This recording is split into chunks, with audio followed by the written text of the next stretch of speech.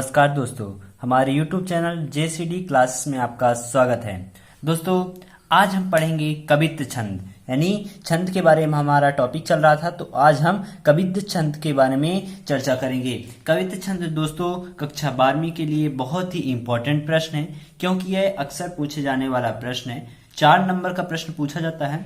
4 number में क्या क्या आता है, इसकी परिभाषा आता है और उदाहरण आता है। तो आज हम इसके परिभाषा बताएंगे और उदाहरण भी बताएंगे। ठीक दोस्तों, आप इसको लास्ट तक क्या है आप अच्छे से समझेंगे तो आपको एक बार में ही याद हो जाएगा। मेरे बताए द्वारा ही एक बार में आपको याद हो जाएगा, आपको दूसरी बार याद करने की जरूरत नहीं है। ठीक दोस्तों, तो सबसे पहले आप काम करिए कि वीडियो को लाइक कर दीजिए, और यदि आप हमारे चैनल को अभी तक सब्सक्राइब नहीं किए हैं तो चैनल को सब्सक्राइब भी कर लीजिए।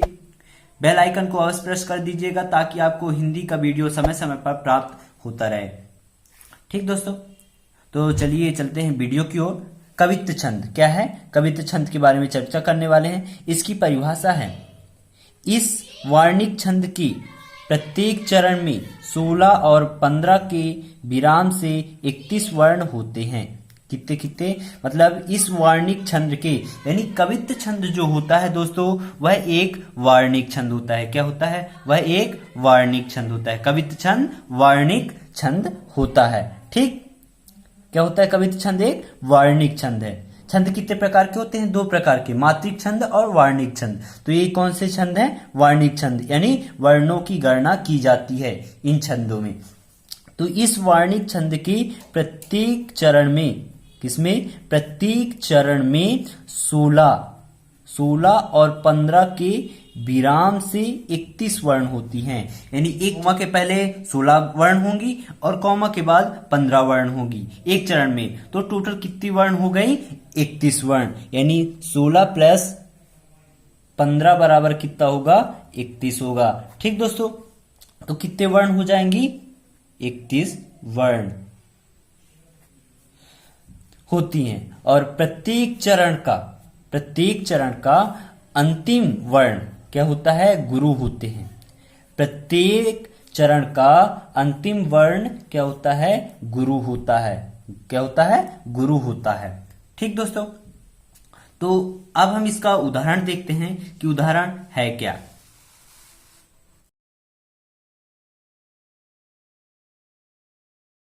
सच्चे हो पुजारी तुम प्यारे प्रेम मंदिर के, क्या है, सच्चे हो पुजारी तुम प्यारे प्रेम मंदिर के, उचित नहीं है तुम्हें दुख से कराहना।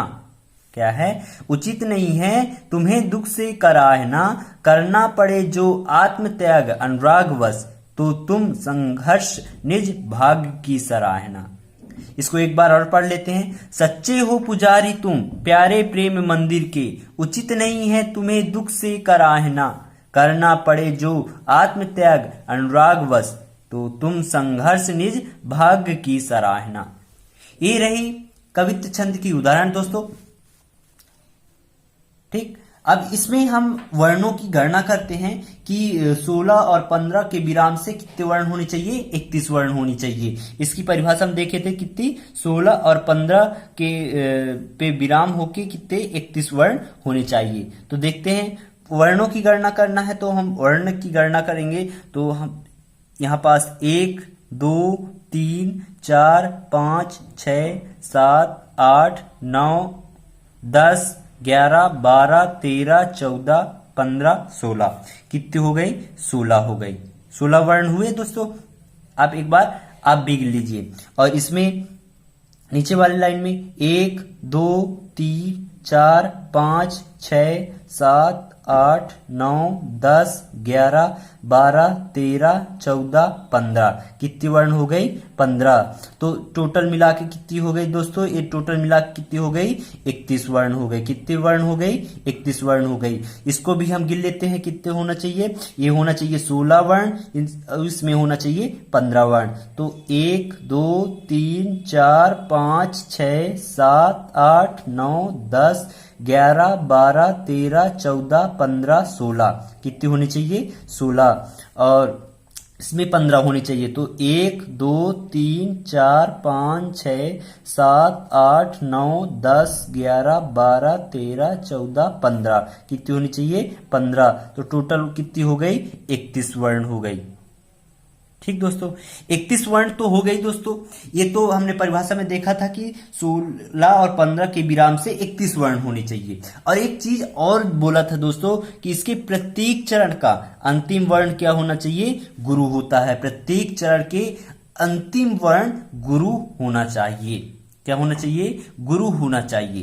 तो एक चरण हमारा यहां पास कंप्लीट होता है। तो यहां पास देखिए लास्ट में बड़ा ना है।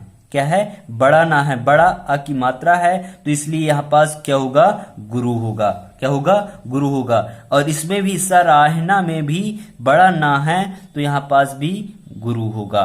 ठीक दोस्तों, इससे हमें जो कवित्त छंद की ये जो परिभाषा कह रहा है, नियम है, वो पूरा लागू होता है कि 16 और 15 पर अतिदि के 31 वर्ण होना चाहिए प्रत्येक चरण में, और लास्ट में गुरु होना चाहिए। तो यानी यह कवित्त छंद के नियमों का पालन करता है। तो एक किसका उदाहरण है? कवित्त छंद का उदाहरण है। ठीक दोस्तों, ये बहुत ही सिंपल सा उदाहरण है। सच्चे हो पुजारी तुम प्यारे प्रेम मंदिर के, उचित नहीं है तुम्हें दुख से कराहना, करना पड़े जो आत्मत्याग अनुराग वश, तो तुम संघर्ष निज भाग्य की सराहना। ये है कवित्त छंद की उदाहरण। ठीक दोस्तों, बहुत ही सरल है। ऐसे ही वीडियो देखने के लिए आप हमारे चैनल पर बने रहिए, और चैनल को अभी तक सब्सक्राइब नहीं किए हैं तो चैनल को सब्सक्राइब कर दीजिए, वीडियो को लाइक भी कर दीजिए, ताकि हमारा मोटिवेशन बना रहे और आपके लिए न्यू वीडियो लाते रहें। ठीक दोस्तों, तो यदि आप इसको स्क्रीनशॉट करना चाहते तो आप स्क्रीनशॉट कर लीजिए। ठीक दोस्तों, आप इसको स्क्रीनशॉट कर लीजिए और अपनी तैयारी अच्छे से करिए। मिलते हैं दोस्तों अगले वीडियो पर। तब तक के लिए जय हिंद, जय भारत। धन्यवाद दोस्तों।